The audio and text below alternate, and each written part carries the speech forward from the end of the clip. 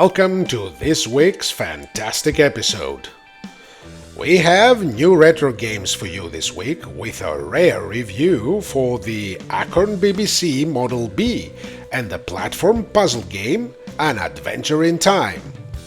We also review the incredible remake of one of the granddaddies of beat-em-ups, the legendary Renegade, done right this time around for the Amiga computers. There is also a third new retro game review with a wonder of a game in the face of the unbelievable Terminal Walker, a 3D FPS for the Commodore 64. Yeah, you heard right. In our hardware review, we inspect up closely the quality interface DivMMC for the iconic ZX Spectrum series of 8-bit systems. Our DOS Vault reveals a new Fast and Furious racing game for the MS-DOS, the incredible Ventura, and a fun but addictive little game called Silly Night, a cute but quite hard action platformer. In our retrospect, we remember Raptor's only worthy opponent in the PC shoot-em-up genre, and for some, way more superior, Tyrian. Our Retro Adventures brings us a horrifying and excellent point-and-click adventure game, the Jester and the Madman, a truly great game. And in our Adventures Retrospect, we rediscover the magical and beautiful world of Kyrandia with the Legend of Kyrandia Book 1. Lastly, in our history lesson, picking up from where we left last week, we get front seats to the historic events of the Portable Wars, the battle for supremacy in the pocket gaming. We hope you'll have as much fun watching our episode as we had making it. Let's go!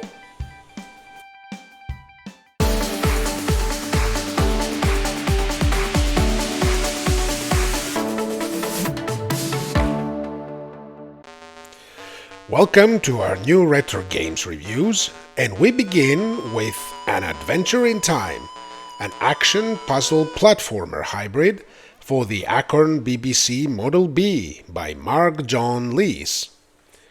For those of you who follow the adventures of the iconic British sci-fi hero Doctor Who, the name K9 must be familiar.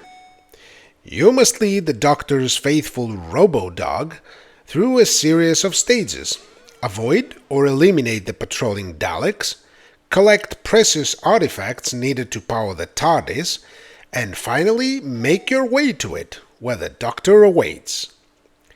The game has a simple premise that evolves into a complex puzzle concept. There are limited keys giving access to specific areas, and you must use them in the correct order to ensure your free passage. The graphics of the game are very good and detailed with a good use of color and nice animations. There is only introductory music based on the Doctor Who theme, but the sound effects in-game are quite good. The controls are very simple, even though there is no joystick support, albeit it is true that joysticks were not widely used on the BBC. The graphics receive a rank of 8.5. The controls a 7.5. The music and sound effects an 8. The gameplay a 9. For a total of 8.25. A little gem of a game for the often forgotten nowadays Acorn BBC.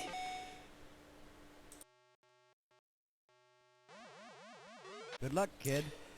Our second review of the week is a remake of one of the grandfathers of modern beat-em-ups, the legendary Renegade for the Amiga 1200 by Dave18. It is a well-known secret that the original version of Renegade for the Amiga was absolutely atrocious, so Dave took it upon himself to remake the game, utilizing the AGA chipset and all the power an Amiga 1200 could give to bring to us a way better experience. The game's graphics are amazing, and I could spot no difference from the arcade version. The animations, all the moves, everything is here. The game is accompanied by an excellent soundtrack, along with great sound effects and the potential little speech sample. The controls are very responsive and accurate, with perfect collision detection. The game is of course still a tough nut to crack, as the difficulty level was always quite high, but with practice you can make it better than I did. The only downside could be that the game has quite high requirements from your Amiga, as you will need an Amiga 1200 with at least 4 MB fast RAM as to not face any problems, but trust us when we say it's worth it. As far as the rankings are concerned, the graphics receive a 9.4, the controls a 9, the music and sound effects a 9.3, and the gameplay a 9, for a total of 9.2. Renegade finally gets the port it deserves on the Amiga. Well done! Our last new retro game of the week is also the most impressive. This is Terminal Walker for Commodore 64 by Dr. Mortal Wombat. This is a 3D FPS game for Commodore 64, and yes, you heard me right, a 3D FPS. You enter an underground data center that is controlled by an AI that has enslaved humanity through a video game, and you must traverse 16 levels to find and blow up the main reactor of the facility to liberate your fellow humans. The game is played from a first-person perspective, and you must see it to believe how smoothly and fast it moves. And that happens without compromising the graphics level, as the enemy mech sprites are huge, the areas are textured and not just blank vectors, and the animation is incredible.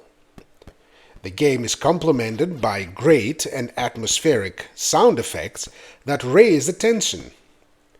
There is no in-game music, but the intro and main menu soundtracks make up for it. The controls are very simple and extremely responsive. There are areas that provide you with a map of the facility and current location, and also pods that when you activate them work as a respawn spot. You would do well to remember that sometimes the best strategy, especially early on, is to hide rather than fight, especially until you upgrade your arsenal enough to face the mechanical threats that patrol the facility. The rankings are as follows: graphics 9.6, controls 9.3, music and sound effects 9.3, and gameplay 9.4, for a total of 9.4, and of course the well-deserved title of the Game of the Week. This is art encoding and mastering of Commodore 64 in the form of an excellent and addictive game. Simply amazing.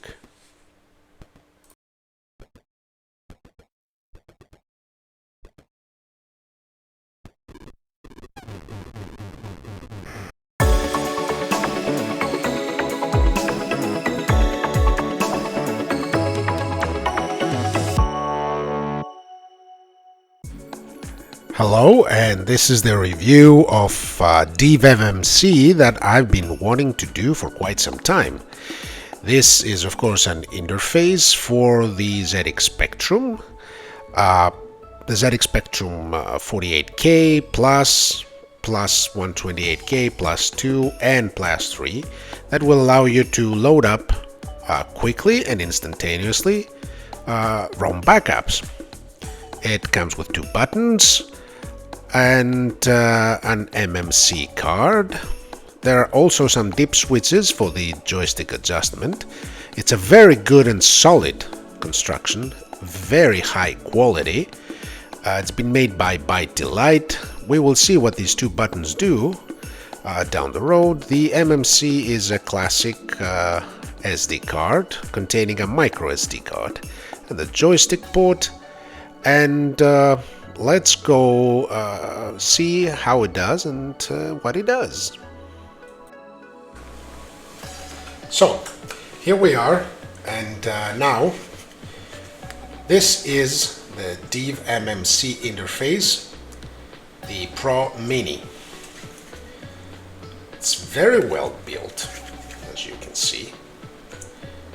Now we're going to plug it here on our ZX128K, combined with the ZX HD that we have reviewed way back in our show. First we're going to plug this one, otherwise it's going to be a bit messy.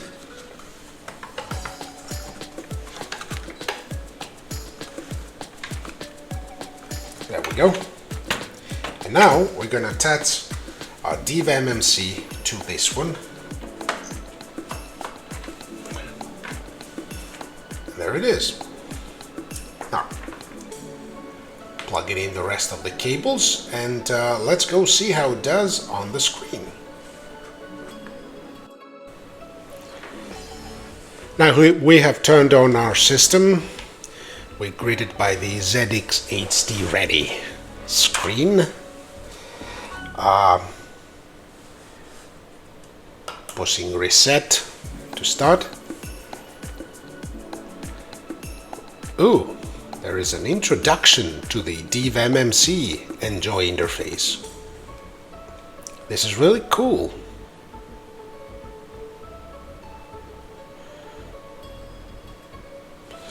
Alright, it's fun, but we have to skip it for now.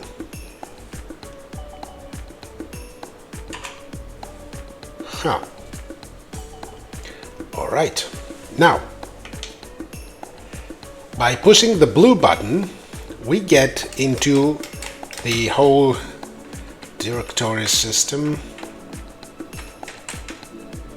and we should go to the games catalog.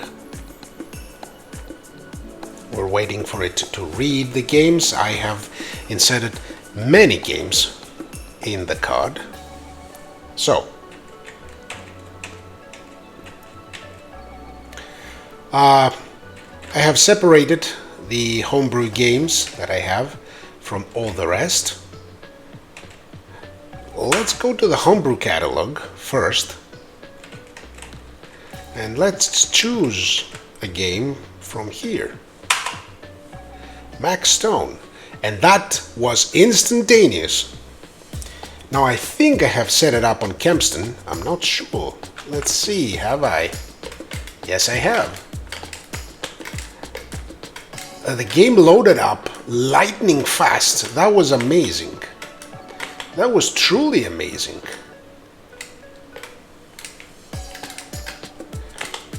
Now, pushing the red button brings us back to this introductory screen. Pushing the blue button again, we go back to the DivMMC. Now this must be one of the quickest interfaces I've ever tested on this show. This is truly amazing. The speed was beyond fast. Now left right moves a page up or page down. It has the name restriction of ZX Spectrum. Let's try Alvidas and Monty. I believe that is. Now I haven't tested it with TZX yet, and I think I pushed the wrong file. So okay, easy peasy. Let's go test a Z80 file now.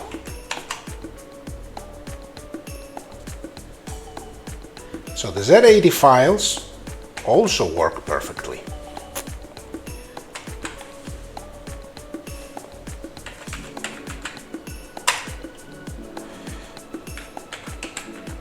right?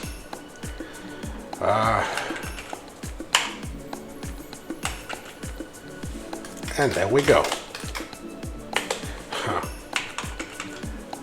Well, we're not here to play, mate, but okay. Now, the Z80 files work perfectly. The TAP files work perfectly. The TZX files have a bit of an issue here. Now, I don't know why, but it is an issue. So, let's check one more thing and we'll go back to see the results. Okay, I don't remember if my homebrew catalog. Yes, we have TAP files and disk files. Now, I'm not expecting this machine to run disk files, simply because this is not a plus 3. But it's worth the try, don't you think? Alright. Last effort, and we'll try another TAP file. And there we go. When it works, it works. Jesus, that's fast. Okay. Now, let's go back to sum it up.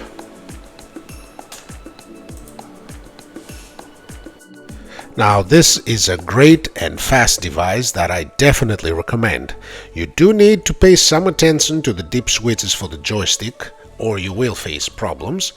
And of course, be mindful of the file formats the device supports. But other than that, this is an excellent interface for your Spectrum collection, and I definitely recommend it.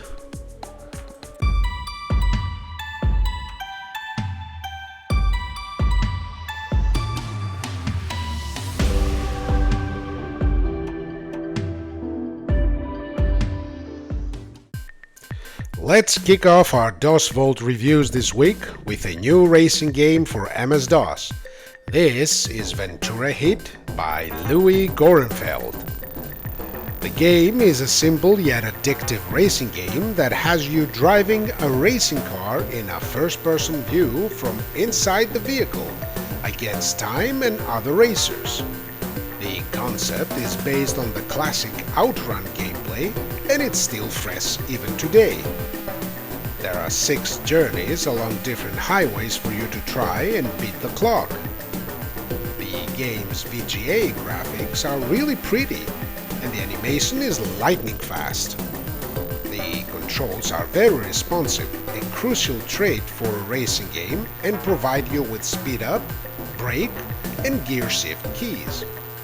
There is a charming tune that accompanies you on your journey, and the sound effects are very good and realistic, giving that racing engine vibe. The rankings are as follows: graphics 8.8, controls 9.2, music and sound effects 8, and gameplay 8. This brings us to a total of 8.5. Ventura Hit is a great little racing game for the MS-DOS that brings back great memories.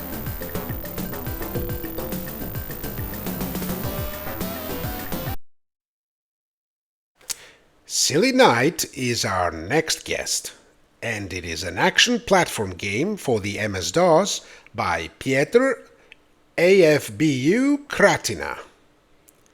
You play as, well, Silly Night, and you try to get through all the dangerous rooms of a tricky castle. You have your trusty sword for your protection, and the ability to perform quite a high jump over your more powerful enemies. The graphics of the game use the rare CGA 16-color mode, seldom used back in the day, and they look great. There is no music and the sound effects are basic, but functional enough. The controls are very accurate, and that helps, especially in the platforming sections where precision is required. The game has a balanced difficulty, and it's quite fun. The rankings are as follows. Graphics 8.5. Controls 9. Music and sound effects 5. Gameplay 8. For a total of 7.6. A fun little platformer that with a little more polish can be a big hit.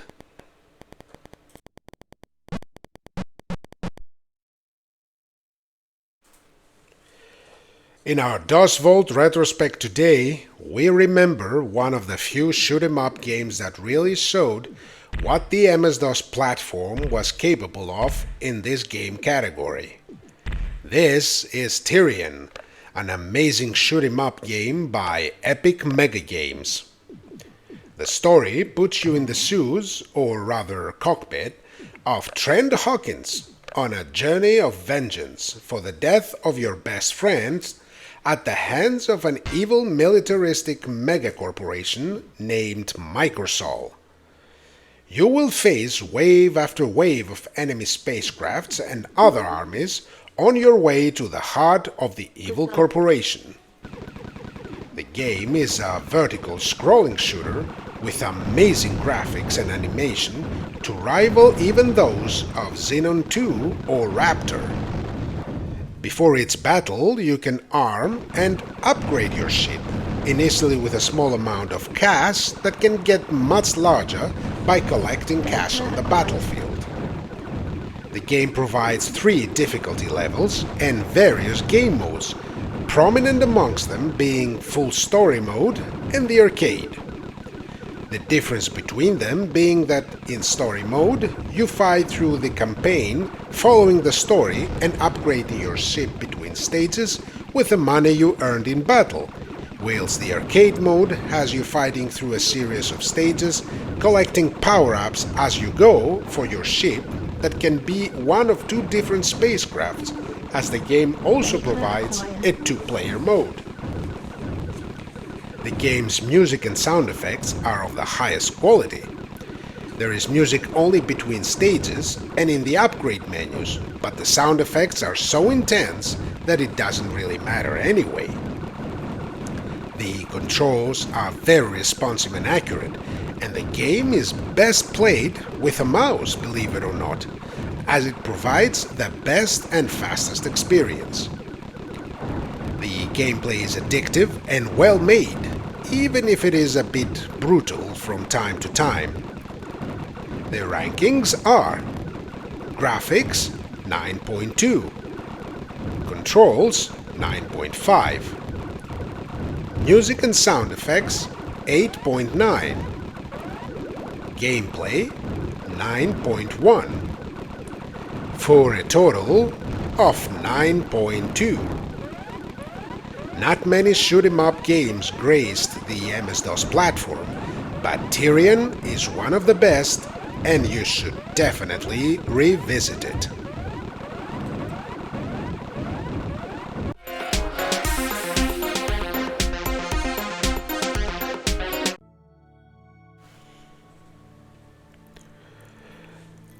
We begin our Retro Adventures reviews with the amazing The Jester and the Madman, a brilliant blend of horror and noir adventure game by Team Raptor. The game is the standalone sequel to a game called Curse of the Old Gods by the same creator, and even though you don't have to play the previous one to understand the story of this one, as the game offers a quick in-game recap, I do recommend doing so, as it is also an amazing game. You play as former FBI agent Rick Morton, and along with your new associate Holly Badot, You get to unravel a dark and twisted mystery that's sunk into betrayal, corruption, and connection to unknown horrors. The game uses an intuitive user interface, providing you with immediate info on any point of interest on screen by clicking the right mouse button, whilst using the left one and a mini round menu icon to perform any action. It's very simple in its use and makes playing the game a breeze. The graphics are simply astounding, combining real actors' portraits and photos with real and hand-drawn locations.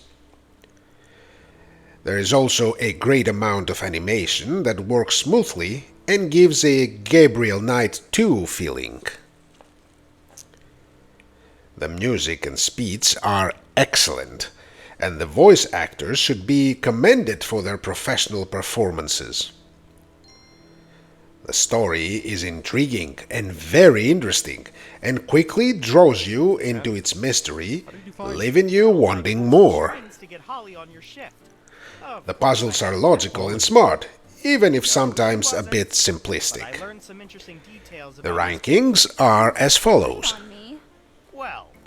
Graphics 9.3, Controls 9.6, Music and Sound Effects 9.1, Puzzles 9, for a total of 9.2.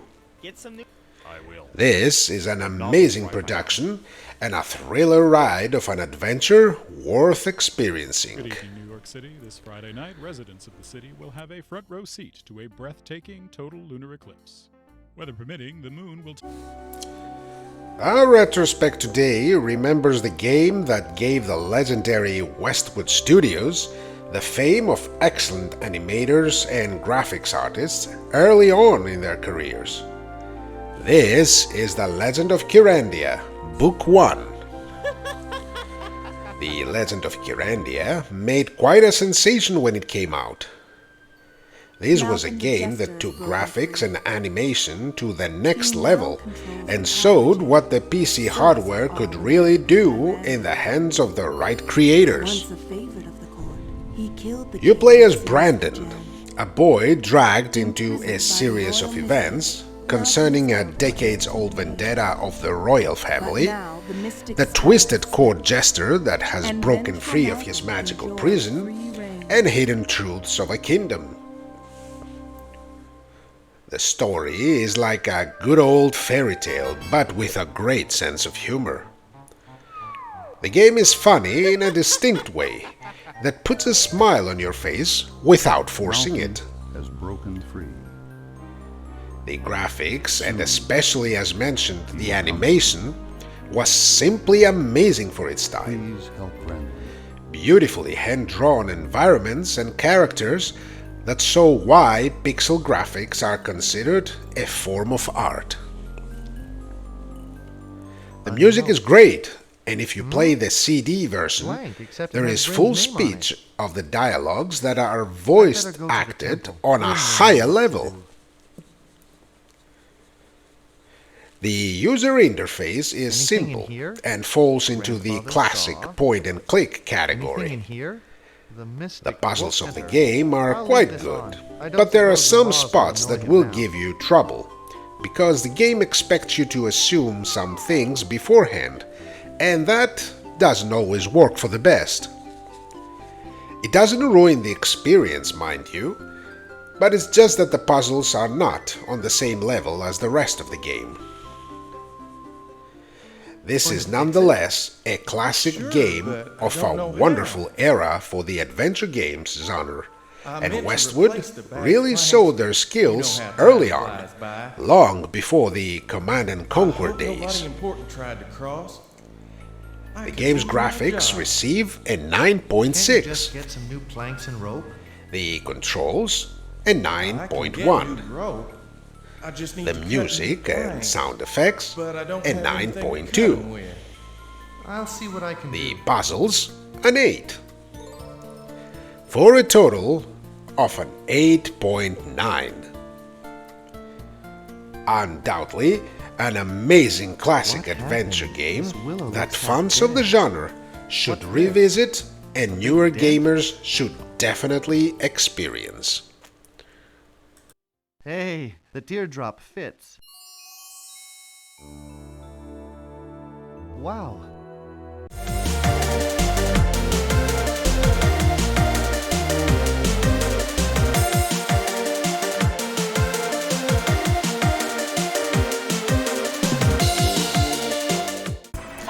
This must be the month of wars, since we're picking up from last week's price wars to this week's portable wars.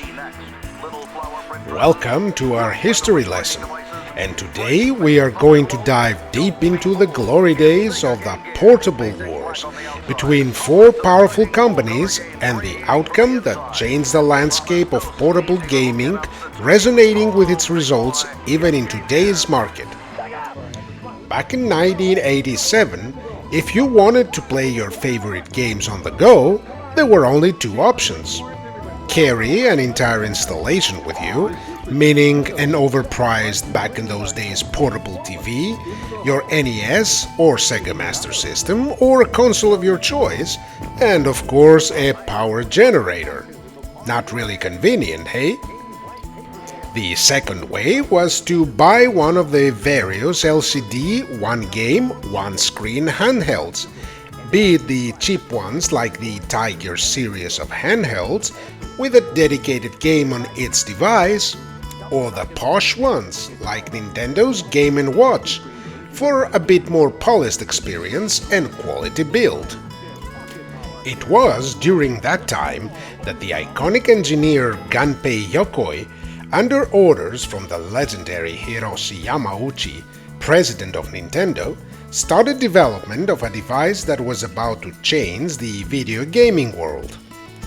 This device was, of course, the Game Boy, the world's first true portable console with interchangeable cartridges.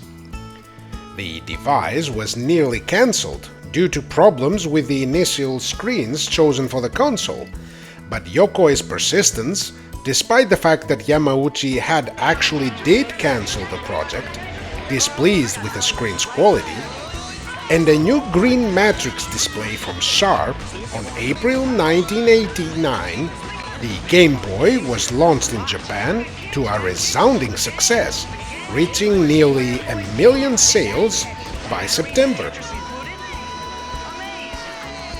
The portable market was created, and of course, Nintendo's opponents wouldn't let the challenge go unanswered. First, picking up the glove was none other than the fallen queen of video games, Atari. The company had in their hands the designs of a portable system as early as 1986. More specifically, a device designed by the dynamic duo of R.J. Mikal and Dave Needle, two of the prime designers along with Jay Miner of the Amiga computer. It was created initially for Epix by Epix, the company that Dave Morse was working at the time.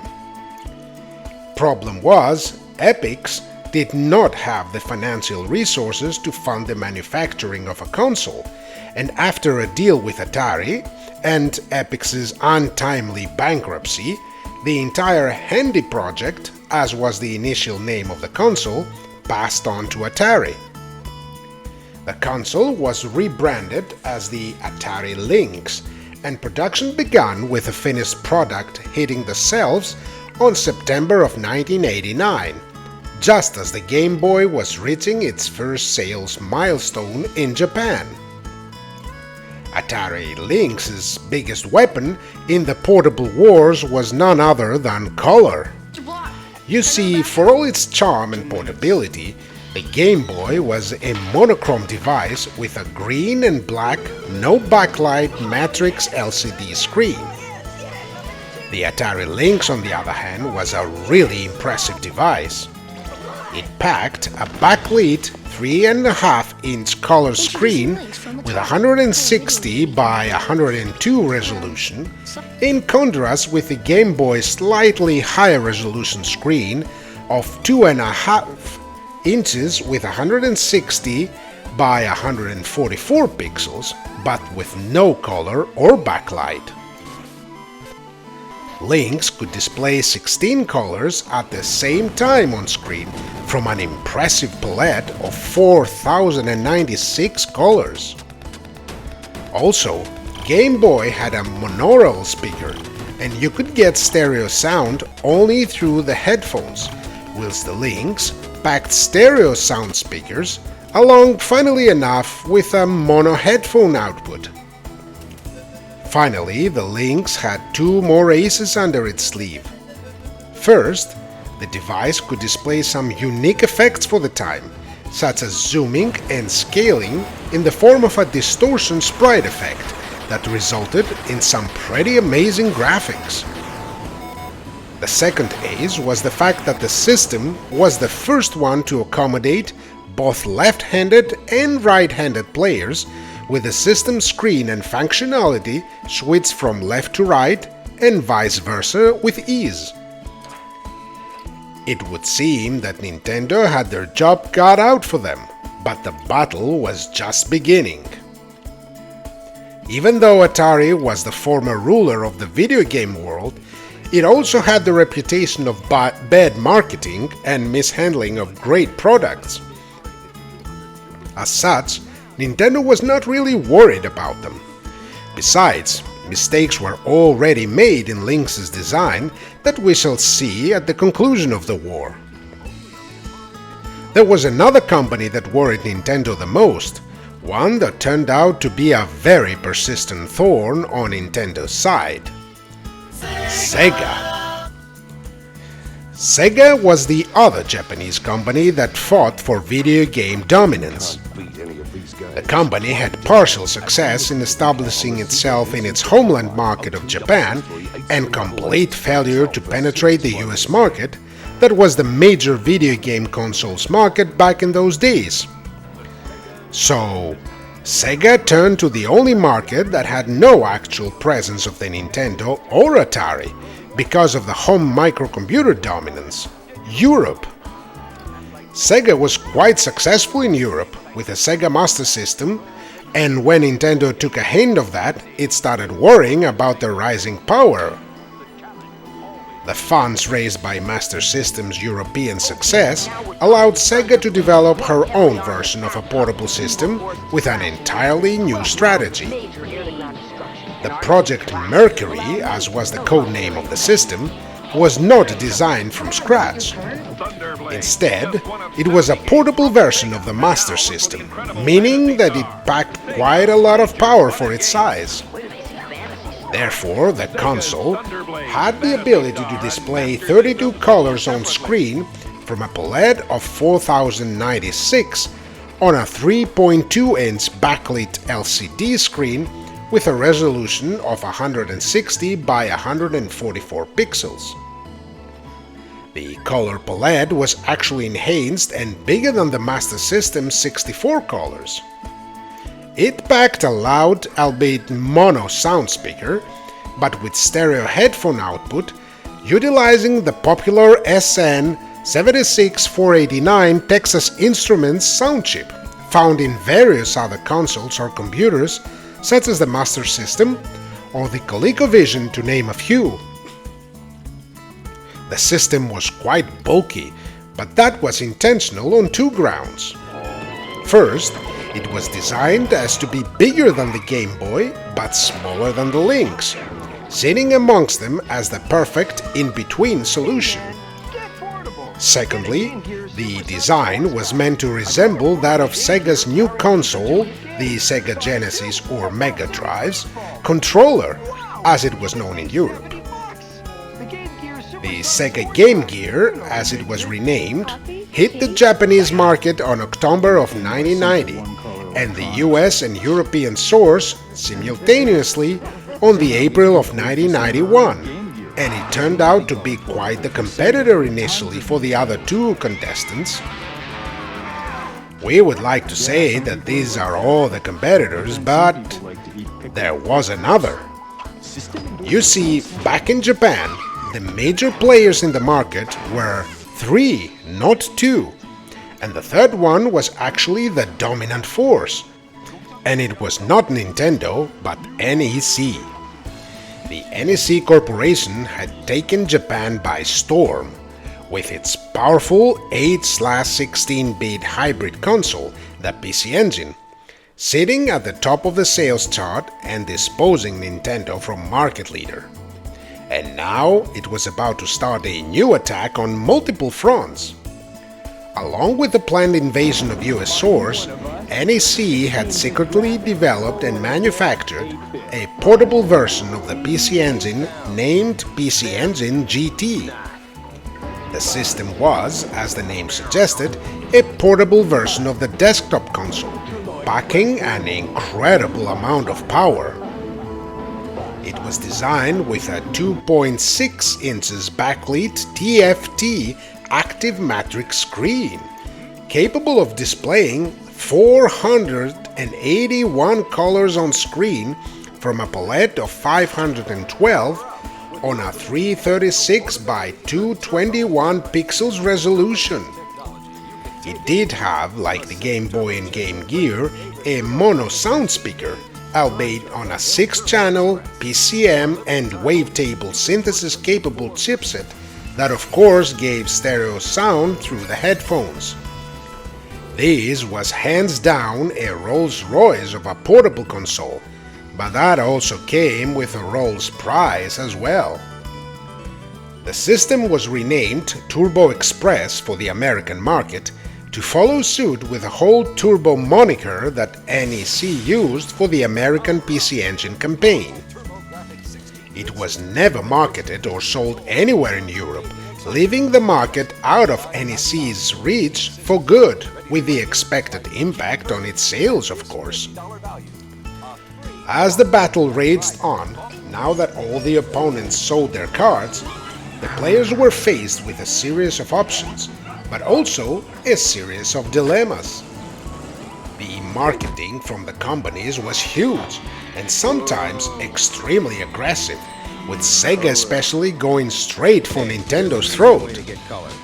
Atari was not too far behind with their campaign, and the war escalated. Nintendo focused more on promoting the presence of her company's mascots on the Game Boy and invested an enormous $20 million on the marketing campaign, an unprecedented amount at the time. The Game Boy was clearly the most portable device, but also the most underpowered. With black and green matrix LCD screen and no backlight, it was clearly the most primitive one. Its library of games, though, was the biggest by far, with Nintendo bringing its most famous mascots like Mario and Link into the Little Wonders screen. Atari's Lynx was a very high-tech piece of equipment with a large, vivid screen, but it was also humongous, power-hungry, and with the most limited library of games. The Game Gear packed quite a punch, and Sega's ever-growing library of games, both from Sega's arcade back catalog and from the growing home games catalog that grew exponentially with the success of Sega Genesis, provided a big variety of choices, but the device was also bulky and battery-hungry, making it a kind of, but not exactly, a portable choice. Finally, Turbo Express was by far the most advanced portable console on the market, but at the same time, by far the most power-hungry, providing roughly 2.5 to 3 hours of gameplay with 6 AA batteries. The device had the advantage of using the same media with its big brother, the TurboGrafx-16/PC Engine, but at least half of NEC back catalog of games were RPGs and adventure games, and Turbo Express, having the smallest screen on the portable systems, at just 2.6 inches, made playing these games nearly impossible, as the text was unreadable. It was also way more expensive than the competition, with a price of $249, As opposed to Game Gear's $149, Lynx's $179, and Game Boy's unbeatable $90. The companies, as the war kept on going, tried to arm their devices with a number of peripherals, with varying results. Sega introduced the TV tuner for the Game Gear, turning the console into a portable TV. Nintendo promoted the link cable for two-player mode and also introduced the Game Boy camera, a device that was really nothing more than a gimmick with little usability due to the extremely low resolution of the camera. Atari also promoted its own linking system, albeit the Atari Lynx had the ability to connect up to 8 different devices at the same time. It was introduced in July 1991, a more portable form of the Lynx, the Lynx 2. It had better battery life, even better screen with the ability to turn off backlight for energy reserve, stereo sound headphones, and a whopping drop in price down to $99, making it effectively cheaper than all the other consoles, save for the Game Boy. It was the price wars all over again, only this time initiated by Atari. But who was behind Atari at the time? You guessed it, our good old friend Jack. Sega was quick to follow suit, with the company dropping Game Gear's price to $99, and the console was launched in Europe right from the start at £99 as opposed to Lynx's £160. The expensive internal technology of the Turbo Express did not allow NEC to make any price adjustments, and the console, without a European foothold and after the utterly failed American campaign, quickly retreated back to its home market of Japan, effectively throwing the towel. But what about Nintendo?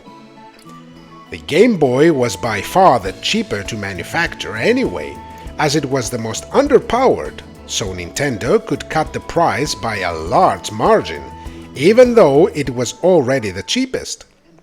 So, it hit the opponents with an unbeatable price drop of $69. Besides, by this time Nintendo was selling games for Game Boy by the millions, and the income from the royalties was more than enough to fill its coffers. Atari was the second to yield. Even though it was, once more, Jack who started this price war, Atari by 1993 was facing serious problems. Misled to believe that Jaguar, the upcoming Atari console, was the solution to the company's financial woes, the Lynx was abandoned by Atari, and with the eventual fall of the company, it faded from existence entirely.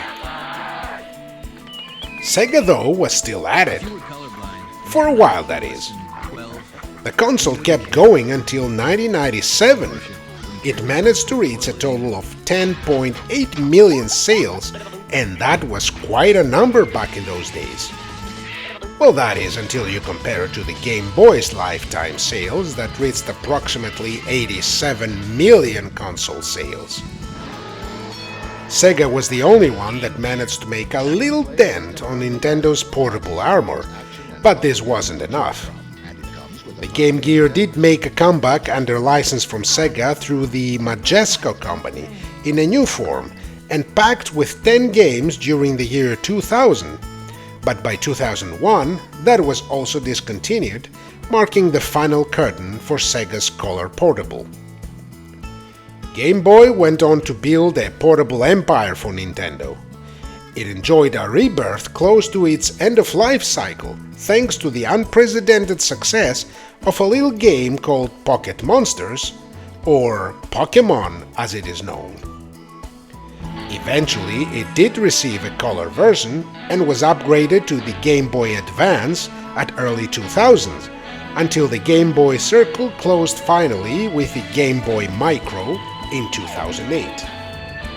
This time, the price war initiated by Jack was not won, but combined with other factors led to Atari's demise.